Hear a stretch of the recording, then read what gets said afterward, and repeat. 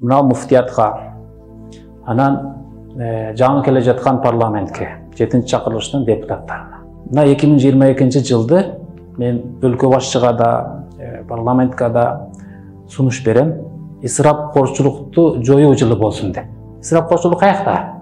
Өлгөн жерде, нике тойдо. Губернаторга, мэрлерге 1-2 жылкы союлуп эле, 1-2 концерт болот, бүтөт ошол той. Райондо же шаарда барсаң бир курук түзүк остановка жоктур. Туризмди өнүктүрөбүз деп миллион жыл аракет кылсаң дагы мергенчиликти тыйып алсаң өнүкпөйт. Бирок ушул жолдун үстүндө бараткан адамдын ниети бузук болсо, уурулукка бараткан болсо, исрапкорчулукка бараткан болсо, зинага бараткан болсо, бuyakta дискотекага бараткан болсо, казиного бараткан болсо, бул жолдун эмне кереги бар бизге?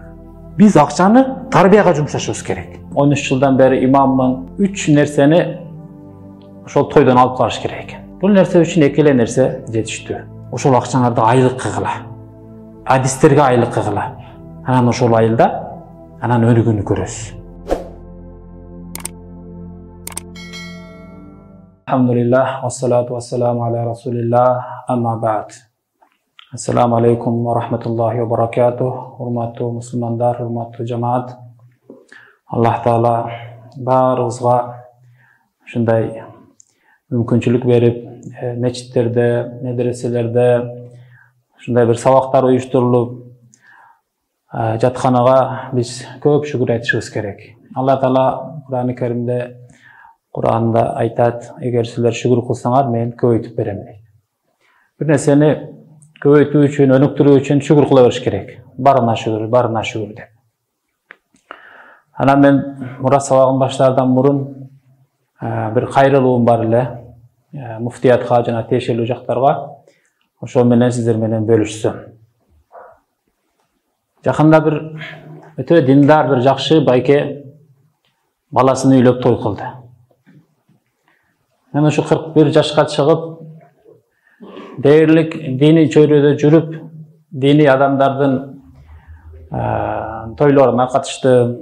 Өзүм да канча никелерди кыйдым, 13 жылдан бери имаммын. Бирок мынчалык шариятка шайкеш, сүннөт, адал той көргөн жокмун. Бул кандай той болду? Эми бизге имамдарга, дамналарга, устаздарга көбүнчө ушундай суроо болот да. Бой доктор, мен үйлөнөйүн деп атам. Шарияттын кандай жолун сунуштайсыз? Көрсө 3 нерсени ошол тойдон алып калыш керек экен. Биринчиси, эркектер менен аялдарды бөлөк отургузуш керек экен. Мынау Чапаев көчөсүндө Салтанат, Бермет деген эки кафе бар экен, жакын, бири-бирине тийип турат. Ошол жерде бирөөсүндө болду биз эркектер, экинчисинде болду аялдар. Биринчи нерсе ошол экен. Аялдар тарапка эркектер кирбейт, эркектер тарапка аялдар кирбейт. Күйөө бала биз жакта жүрө берет эркектер менен. Келин тигилер менен жүрөт. Экинчи нерсе, албетте ичимдик жок болуш керек. Үчүнчү нерсе, музыка жок болуш керек. Эми элестетиңиз, 100 киши бир залда отурабыз. Ишенесизби? 6 саат отурдук. Эми 1 саат эле тамактанасың ал жерде. Калган 4 саат, 5 саат не кылдык?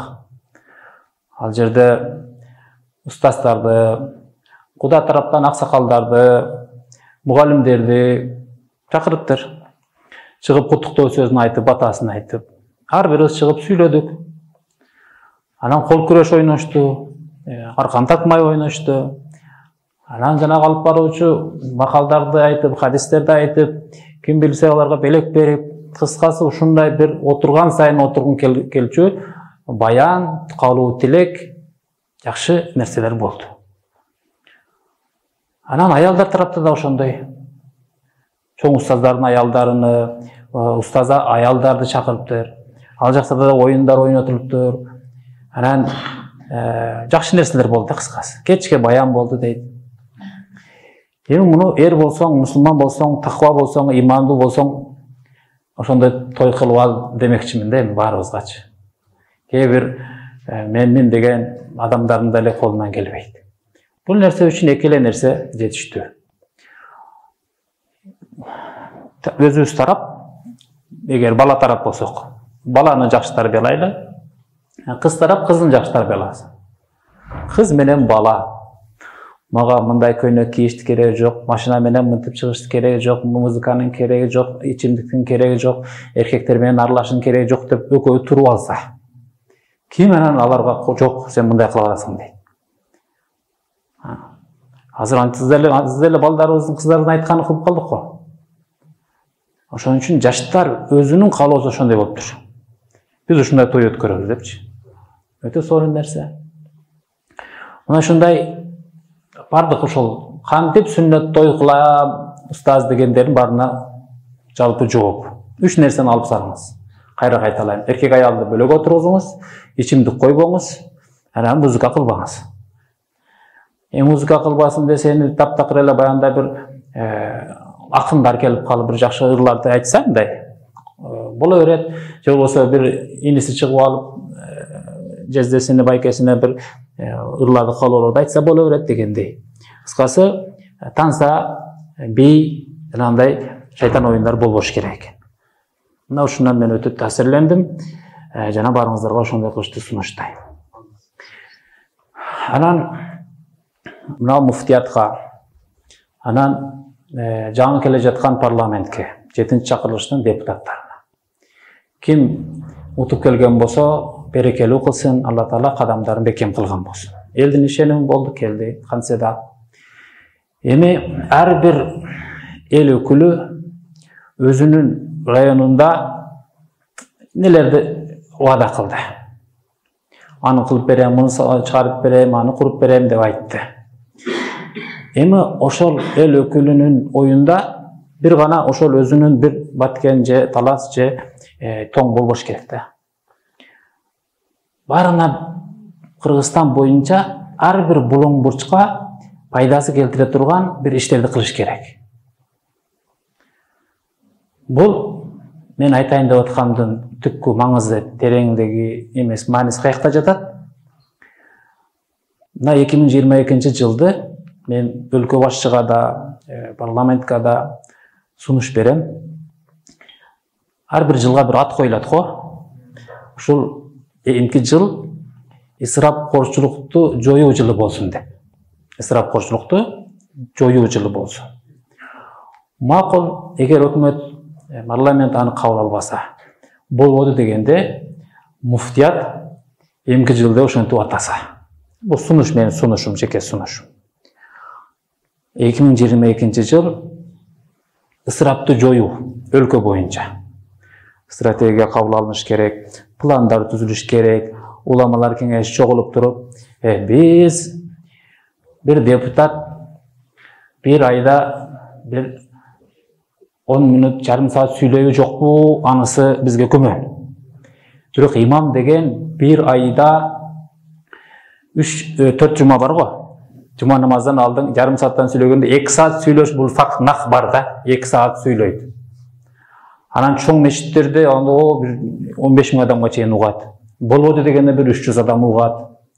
3000 мечитте 3000 имам бир 100 эле адамга ар жумада жарым саат тып-тынч периштелердин чөйрөсүндө дарат менен отуруп алып бир нерсени айткан канчалык бир таасирлүү нерсе да. Канчалык бир жеткирүүгө жеңил бир жол, бир аспап, бир инструмент, бир нерсени. Анан бир брошюралар даярдалса, видеороликтер даярдалса, мындайча айтканда Кыргызстан боюнча 3000 имам муфтиятка баш ийет да. Демек, баш ийгенден кийин бардыгынын уставы, кылар иши, максаты, баяны, кутпасы бирдей болуш керек да. Бир жерден чечим. Yani кээ бир айылдар өздөрүнчө аксакалдар кеңеши, жаштар, активисттер чогулуп алып, баягы айттыкты бир айттык кылыптыр, бир байшембилик кылыптыр, анан биякта сойбой калыптыр, тиякта аз деле союлуп атат, анан бул жакта бир кой соет экен, анан бул жакта жаназаны окуп эле кете берет экен, Куран окуп, ар кандай болуп атпайбы? Ар кандай болуп атпайбы? Бул бир өлкө, бүтүн өлкө дегенге далалат кылбайт да. Бул деген бир рай имамга, же бир областной имамга, же бир муфтийге баш ийүү деген жок да бул жерде. Ар бир жерде ар кандай жоболор өздөрүнчө кабыл алып алган. Ошон үчүн муфтият ушул жылды ысырап кошулукту жоёлу. Биз буга чоң салым кошо алабыз. Ысырап кошулук каякта? Өлгөн жерде, нике тойдо. Эки жерде ысырап. Биз түздөн түз ошого биз имамдар таасир этеле турган бир эки жагы бар. Эми чоң ысыраптар бар. Ал түнү менен саат 12ге чейин телефон чукуганың деле ысырап, убактыңды турутасың. Анан 2 комнат үйдө жашайсың өмүр бою, бирок бул жака 10 комнат 4 этаж үйдү салып коюп, Бременкада жашаганың андан чоң ысырап. Үй бүтүп калды, эми Бременкени да сала башташ керек дейт. Кыскасы ушундай бир программа кабыл алып, ай сайын казылар, рай имамдарды чогултуп, имамдар, рай имамдар, тиги айылдын имамдарын чогулуш болот ансыз деле. Ысырап коюучулук боюнча жанагы муфтияттан келген фатваларды айтып атасыңарбы? Эмне эффект берип атат?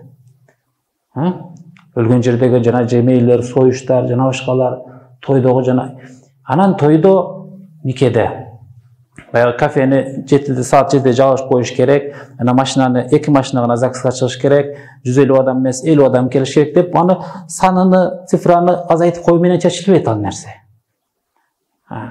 Исрап кыла турган адам ошол 100 адам келсе, 100 адам келсин деп койсоң, ошолорго деле исрап кылып берет. 50 адам келсин десе, ошолорго деле исрап кылып берет. Анын башкача жолдорун ойлоп табыш керек. Аны тиги базардан сатылып алына турган нерселерден башташ керек. 50 сомдук жанагы пластик калпак сатылбасын өлкө боюнча деп койсо, мисалы үчүн. Ошо пластик калпак 100 тойго барат, карары тытылып, эч ким кийбейт. Акыры имамдын пакетинде үйгө келип бүтөт. Ошого окшогон нерселер да. Өтө сапаты начар конфеттер, мисалы үчүн, аны текшерип көрүш керек дегендей. Тойго эле барат, 3 той баргандан кийин баягы жегенге болбой калат. Кыскасы ошондой бир тойдо жоболорду кабыл алыш керек. Эми биз имамдар деле экономикага, элдин жаркын жашоосуна, баюусуна, адал жашоосуна, үнөмдүү жашоосуна салым кошо алабыз да. Ушул нерсени айтуу менен. Ушул баяндарды угуп, жума баяндарды угуп, жаштар жанагынтип кыздар дагы, ата-энеси дагы разы болуп, жанагындай мен күбө болгондой той болуп атат. Демек, мындан дагы катуураак аракет кылып, муфтияттан жоболор, фатвалар чыгып, катуу көзөмөл менен, ай сайын катуу текшерүү менен бул жактан болуп турса, ал эми өкмөт дагы ушул нерселерге мыйзамдарды кабыл алып берип койсо, бардык той, бардык маркум узатуу жер окшош Кыргызстан боюнча. Нарымга барсак, аларда башкача экен деп келебиз го. Бул Баткенде таптакыр башкача турбайбы алардын тиги салт санаасы деп келебиз. Кенеде жер болсок, кудум эле Баткенге барсаң, бир Африканын бир жагына барып калгандай. Же көлгө барсаң, Монголияга барып калгандай таң калып отурабыз тойлоруна жана башкалар. Жок, окшоштуруп койсо болбойбу ошону. Мына чектен чыкпа сен. Мына чектен чыкса, сага штраф салынат. Же болбосо жумуштан кетесиң. Имам, сен участковый, сен айыл өкмөт, сен би, сен муну көзөмөлдөбөйсүңбү деген бир көзөмөл болуш керек да, рейд жүрүш керек да. Мындайча айтканда. Бир жерде той болбосо, акыры барып ушул жерде назар салыш керек, эмнелер болуп атат деп. Бул адам эркиндигин чектөө эмес. Баардыгыбыз окшош калыпка түшөлү. Ысырап коюучулукту жоюуга баардыгыбыз аракет кылышыбыз керек. Ошол келген 90 депутаттагы биринчи кабыл алынган жобону, мыйзамды ушул боюнча ойлонуш керек. Мейли завод сал, мейли нефти чыгар, мейли байып кет. Акчабыз көбөйсүн. Бирок исрафты тыйбасак, пайдасы жок. Пайдасы жок. Кете берет. Ал арам. Коррупция дегенде ушунчалык бекем болуп атабыз. Ушундай болуш керек. Бул азыр чала. Мындан да бекем болуш керек, Коррупция арам. Адам өлтүргүч бир адамды өлтүрүптүр. Ал эми коррупция жалпы элди өлтүрөт. Бир элди, бир коомду же бир республиканы жок кылыш үчүн медицина жагынан, билим берүү жагынан коррупцияны өнүктүрүп коюш керек экен. агайлар, эжейлер коррупцияга берилсе, анан жанагы дипломдор коррупция менен сатыла баштайт экен. Мээсиде бир нерсе жок балага берилет экен диплом. Анан барып алып, өз кесибин айландырып кылып, начар кылып, кылбай, эл билимсиздик жагынан төмөндөп түшүп өлө берет экен. Экинчи жагы медицина жагынан диплом сатып алат экен, эртең барып, бирөөнү операция кылам деп өлтүрөт экен. Ошол эки эле нерсе экен. Коррупция менен элди кырса болот экен. Демек, коррупция жаман нерсе экен. Куранда Алла Таала арам дептир. А исрап дагы ошондой эле статусу бирдей эле арам. Коррупцияны тыйып кой. Исрап жөнүндө эч ким сүйлөбөсүн. Башкы власттагы адамдардан баштап эч ким сүйлөбөсүн. Эми мен деле той кылам да. Куда тосушум керекпи деген бар да ар бир адамдачы. Барлыгыбызда бар. Жок, сен дагы мен дагы шариатка, мыйзамга, законго окшош мареке кылалы. Алла Таала берекеси келсин. Мындай да, бир чакада суу турса, анан эки крайниктен ичиге нажас нерсе, мисалы үчүн жаш баланын заарасы агып атат. Анан бир крайникти жабып койдук, бул коррупция, сууду булгабасын депчи. А экинчи крайниктен агып атат жанагы исрап. Таза болобу ошол өлкө? Исрапчылыкка бул катуу киргизиш керек. Ойлонуш керек. Жобо кабыл алса, мыйзам кабыл алса, ошол боюнча ондоп жылдап аракет кылып жүргөн сизге окшогондорду дагы кошуш керек кеңешмегечи. Эмне сунушуң бар? Сен ошону көбөйтөт экенсиң деп. Биз айтабыз. Молдолорду, алымдарды, имамдарды дагы кошуш керек. Анан кээ бир жерлерде бар, ошо кээ бир түшүнүктөрдө бар, имамдар дагы жесе боло берет, союш керек, биринчи күнү сойбосоң анан качан соесуң деген. Аларга биз Курандан, хадистен ачып туруп далилди көрсөтөбүз. Таксыр мындай бияк. Ушунсең эле анан сен вахабийсиң, сен сарафийсиң, каяктагы идеологияны бизге киргизесиң дегендер бар. Жок, биз вахаби эмеспиз, сарафи эмеспиз, биз Абу Ханифа мазхабындабыз. Кээ бир адамдардын аң сезимине туура келбесе, дароо эле айтат, бунун ниети бөлөк, шариатта бар нерсени, салтта бар нерсени тыйып атат депчи. Жок. Ошондой адамдар айтат, кээ бир адамдар, сен сырттан окуп келип алып, бизге бардык ушундай нерселерди, идеологияны киргизип атасың. Өлгөн жерде тойду депчи.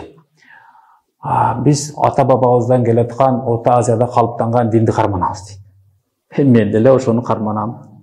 Ата баба дегенден сиз кимди максат кылып атасыз? Кечеги 100 жыл аралыктагы алымдардыбы? Же имам Бухари, имам Термизи, имам Маргалани, Нурханиддин, имам Сарахси, имам Сиражиддин Оши. Мына ошолор мен азыр атагандар биздин Орто Азиянын эле эмес, дүйнө жүзүнүн устазы, дүйнө жүзү ата десе болот, дүйнө жүзү имам десе болот. Эң күчтүү Ханафи мазхабынын жылдыздары. Мына ушу биздин Өзбекстан, Кыргызстан ушул аймактан чыккан алымдар.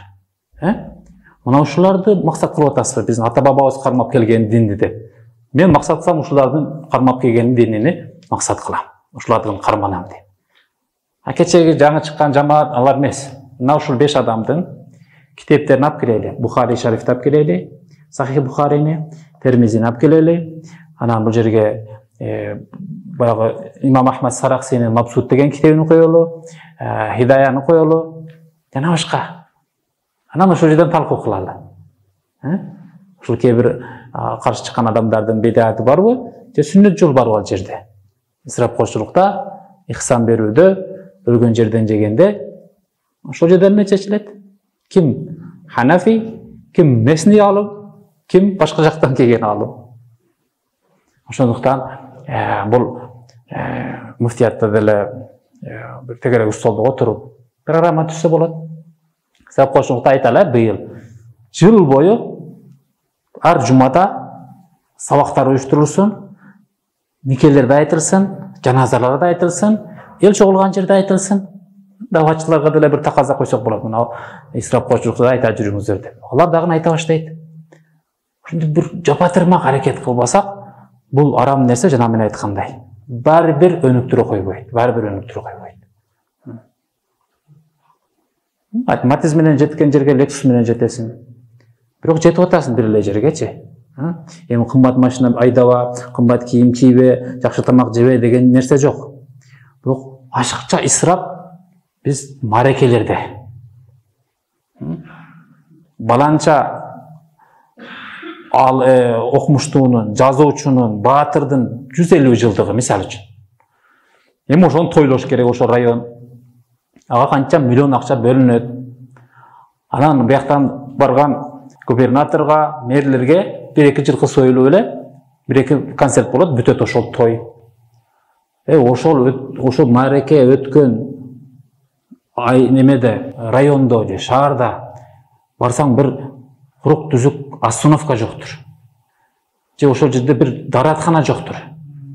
Же кап-караңгы свет жок, жолдору караңгыдыр. Же бир көпүрө сыныктыр. Ошондой нерсени жаштар, мамлекет ошол районду гүлдөтүп туруп, сонун барсаң таңыркай турган нерсени кылып туруп, анан бир жөнөкөй кылып өткөрүп кой ошол тойду.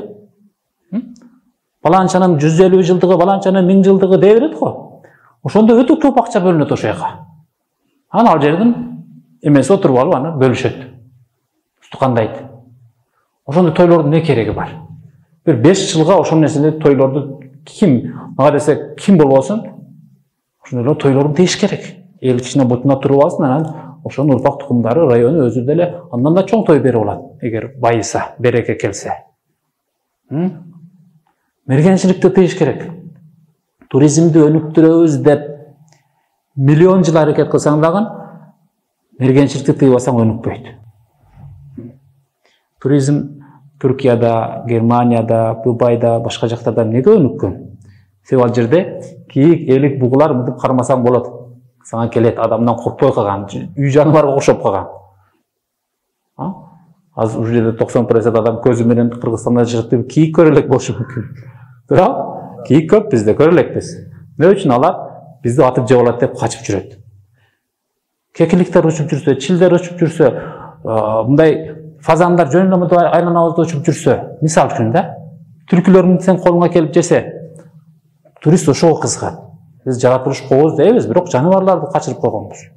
Туткан жерден эң аз калган акыр бир сыдаган атып салабыз. Муну менен туризм өнүкпөйт. Биздин мергенчиликти алар туристтер мынтип ачып көрүп Кыргызстанда мергенчилик кандай экен десе, качат келбейт бияка. Булар залым адамдар депчи. Ошол нерселерди мергенчиликти тийиш керек, той марекелерди тийиш керек, өлгөн жерден жегенди тийиш керек. Анан үйлөнүү тойдогу, эми үйлөнүү той эле эмес да. 100 жылдыгы бар, атамдын 50 жылдыгы бар, туулган күнү бар, үйлөнгөнүбүзгө 10 жылды болду дегендер бар, сүйүшкөнүбүзгө 10 жылды болду дегендер бар, тушоо кесүү бар, үй той бар, машина той бар, чорный касса бар. Биз марекеден башыбыз чыкпай калган да. Ошонун баарына акча кетип атат. Анан биз байларды байытып, кедей адамдар, жана аксакал айтып кеткендей, жаштарыбыз Россияда, башка жактарда кулдай болуп иштеп жүрөт. Ачык эле айтабыз. Белинен сыз өтүп, оорукчан болуп, же аларды биз мамлекет жактан ден соолугун камсыздай албайбыз. Айына мейли бир 100 000 рубль тапсын. Жумасына телефон барат, ай, тайжаң той кылып атат, кошунаң той кылып атат, бөлөң той кылып атат, биздикине бир кочкор алып келген эле, болбогон дегенде эчки алып келген эле, ошого салбасаң болбойт. 20 000, 30 000 салып атат. Бала, кыз. Акчанын жарымы ошого кетип атпайбы? Бирөөлөрдүн тойлоруна. А өзү анан аз-маз акча менен кийинки айга чейин жашап атат. Ушинтип жаштарыбыз сыртта куурап атат. Ата-энелер тойдо чагдап атат. Ошону топтосо жанагы бала. Анан бир жылда иштеп келип, жарымына үйлөнсө, жарымына бир жакан бизнес ачып алса, жарымына кой алып койсо, жарымына бир жерде дыйканчылыкты өнүктүрсө, болбойбу? Ушуга түшүнүк жок болот. Эми жанагы мен айткандай фатва катуу жүрсө, элге закон катуу жүрсө, эскертүү штрафтар мененчи. Мен той кылдым. Эл каалагандай кылбай койдум. Бул той кылды, бирок мыйзамды сыйлайт экен. Шылтообум бар да мен. Мыйзам жол бербейт экен, кылбай койдум, кечирип койгула дешке болот. Шариятта харам экен, кылбай эле койдум, менди кечирип койгула. Кудайды нааразы кылып, силерди разы кылган менен мен акыретте кармалып калбайм десем, жарашат да, сизге да шылтоо пайда болот. Неге антип көмдүң атаңды дей албай калабыз? Неге антип үйлөп койдуң балаңды дей албай калабыз? Сиз да ошол сөздү айтасыз, сиз да ошол сөздү айтасыз. Мыйзам менен фатва жол бербейт экен буга. Мына анан элдин тапканында береке пайда боло баштайт. Анан ал мал дүйнө көбөйсүн, ошол илим билимге сарптасын. Илим билимге.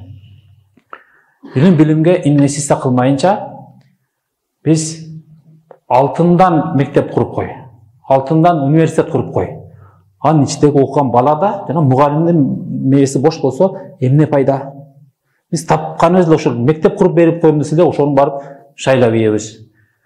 Жолуң мына ушул столдун бетиндей тегиз болсо, жолуң Американын, Япониянын жолдору жолдо калса, Кыргызстанда бир да айылда асфальт төшөлбөгөн жол калбаса, бирок ушул жолдун үстүндө бараткан адамдын ниети бузук болсо, уурулукка бараткан болсо, исрапкочулукка бараткан болсо, зинага бараткан болсо, биякта дискотекага бараткан болсо, казиного бараткан болсо, бул жолдун эмне кереги бар бизге? Ушуга $1 миллион сарптагачам ушунун үстүндө жүргөн эки буттуу макулуктарга туура жолду тандап адал жашоону үйрөтүп койбойт белең? Арыстанды алтын капасга камап алып, удобствону кылып, комфорт кылып, 10 жыл баксаң, жанагы алтын капас, удобство, диван, суу ага тарбиялабайт аны. Аны 10 жылдан кийин эшигин ачсаң, чыгып сени жеп салат. Ал жырткыч. Ага ал нерсени кылбаш керек болчу. Аны тарбиялайм деш үчүн бир цирктеш деген бир кишини ошол ошончо акчага сарптадым, $1 миллион сарптадым да, жана алтын капас жасайм депчи, адам кылам деп жанагы Арыстанды. Болбоду. $1 миллион эмес, $1000 берсең жанагы цирк аш келет дагы. Да, таягы бар, ушуда тогу бар. Бир-эки тигизи уруп, ашка коюп, бир айдан кийин жанагы Арыстан бияка секирет, отко секирет, сууга секирет, тарбиялап коет. Демек, акча күчтүү экенби, тарбия күчтүү экенби? Тарбия күчтүү да. Биз акчаны тарбияга жумшашыбыз керек. Жаштарды, кыздар менен балдарды, бойдокторду курстарды ачып, кыздар 1 ай окуйсуң, балдар 1 ай окуйсуң. Мен мурда 5 күн деп жүрдүм эле, 5 күндүк курс деп. Эле 5 күн болсун. Сен ушул 5 күндө сен мына турмушка чыгам деген кыз. Ушул 5 күндүн ичинде сен шарият жагынан үйрөнөсүң. Нике, талак, нифас, бала эмизүү жана башка. Күйөөңдү сыйлаганды үйрөнөсүң, өзүнүн укугуңду үйрөнөсүң, медицина жагынан өзүңдүн жакшы ден соолугуңа үйрөнөсүң, анан юристтик жактан укуктарды үйрөнөсүң, бизнести үйрөнөсүң. 1 ай окусаң, 10 күн окусаң, 5 күн окусаң, сага сертификат берилет. Сен бала дагы ошондой. Ушул нерселерди үйрөнсөң, эртең баш кошкондон кийин колуңду булгаба. Ушундай эмелерди ачсак болот да. Бала бакчаларда, мектептерде мына президентибиз дагы өзү иман сабагы киргизсек деп жанагы шайлоодон мурда айтып жүргөн. Ошону киргизсе болот. 1-2 шарт керек. Биринчиден, бул китептерди диний сабак болсо, муфтият, алымдар кеңештеп чыгыш керек. Бүт Кыргызстан боюнча ойдонуп туруп, биздин жаштарга эмне динди сунуштайбыз деп. Экинчиден, спонсор дагы мындай үчүнчү тарап болуш керек. Фонд бу ушундай. Себеби мамлекет же бирөө мага каржыласа, мен мына динди мына жерин айт десе айтпай коем, айт десе айтам, айтпа десе айтпай калам да. Ошон үчүн жана айлык дагы мындай көз карандысыз жактан болуш керек. Анан ошого окшогон бир диндин эң түпкү маңызы акыйдадан, фихтен үйрөтүш керек жаштарга. Ушул жака мен мурда да айтып келгем. Бир айылдын жаштары, ушул айылыбызга жакшы иш кылайлы деди. Анан мондой кылып жанагы арканы тургузду, үстүгө немени жанагы түндүктү коюп туруп. Канча миң сарпташты. Макул жакшы нерсе, айылдын көркү. Бирок ошондой боло берсе, ар бир шаарда, ар бир айылда, ар бир көчөдө ошондон өткөн сайын башка мамлекетке киргендей боло бересиң да. Баткен деген жазуудан өтсөң, оштун немесинен өтсөң, башка мамлекетке киргенде кандайдыр бир бөлүнүүдүн сезими пайда болот да. Менде жеке мендечи ушул нерсе. Ошол арка деген нерсечи. Жалал Абад немесине киргенде мен Жалал Абадка кирдим, эми башка областка кирдим дегендечи. Эми ошол дагы жакшы нерсе, бирок кандайдыр бир деңгээлде мага жакпайт. Ушул деле бир жакшы эмес нерсе да. Ошодон көрүп, ошого кеткен акчаны же бир көмүр таркатышты, же жетим жесирлерге тамак аш таркатышты. Мейли, 3 жылдан бери таркатып келатасың. 3 жылдан бери ушундай бир стройка, мырзаны оңдодуң, жолду оңдодуң, ушундай иштерди кылып келатасыңар, жаштар. Алла разы болсун. 10 жылдык, 20 жылдыктардан ошондой иштерди кылып атат да бардык жерлерде. Ошолор бир жыл мындай тажрыйба кылып көрсүн, эмки жылы. Ошондой курулуш бирөөгө көмүр алып бермей, тамак алып бермей, кийип алып бермей жок. Мейли айылыбызга бир жылда бир 500 000 сом сарптамакчыбыз. 5 жылдагы ошо 500 000 сомду айлык кылсын. Айлык. Ар бир айга 30 000 сомдон бөлсүн мисалы үчүн. Анан кийин бир бар эстап келип туруп, сен ушу биздин мектепте жаш балдарга барбаны үйрөт деп 30 000 сом айлык деп койсунчу, ошол жаш балдарды канчасын барес кылып салат. Дагы бир дыйканчылыкты өнүктүрө турган Абдулла Ташиевичке окшогон бирөөгө берип туруп 30 000 сомду.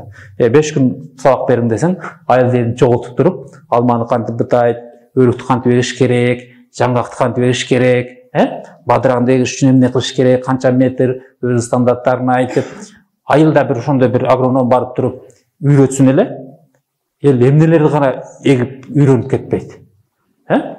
Бир Мокарекеге окшогон айылдын имамыга биздин мына 30 000 сом саңа айлык. Сен жаш балдарды окуткун. 2 бала келди, эртеси күнү 70 баланы жогултуп келет. Мечитте окуу болуп атат экен деп. Баарыбыз ошондой да кичинебизде мечитте барып окуганбыз. Ана жана Кареке Алхамдудан, Фатихадан үйдөгө чыккан киргендеги дуаларды окутуп, бир айда ошол айылда барго балдар ассаламу алейкум таксир деп баардыгы адептүү болуп калат. Бири-бирин көрүп адептүү болуп калат. Болбогон 30 000 сом айлык, бирок бир айылдын баардык жаш балдарына иманы келтирип коет. Бир жолукчан намаз окуган, Кур'ан жакшы билген эжекеге, аялыга 30 000 сом айлык берем, үйүңүздө окутсаңыз десеңиз, үйүндө деле кыздарды окутуп коет, жаш кыздарды. Кесип да кесип. Кандай болбосун? Спорт болобу, дыйканчылык жагы болобу, ошого окшогон балдар, жаштар мындай кайрымдуулук кылганда ошол акчаңарды айлык кыгыла. Адистерге айлык кыгыла. Анан ошол айылда анан өнүгүүнү көрөсүз. İnşallah.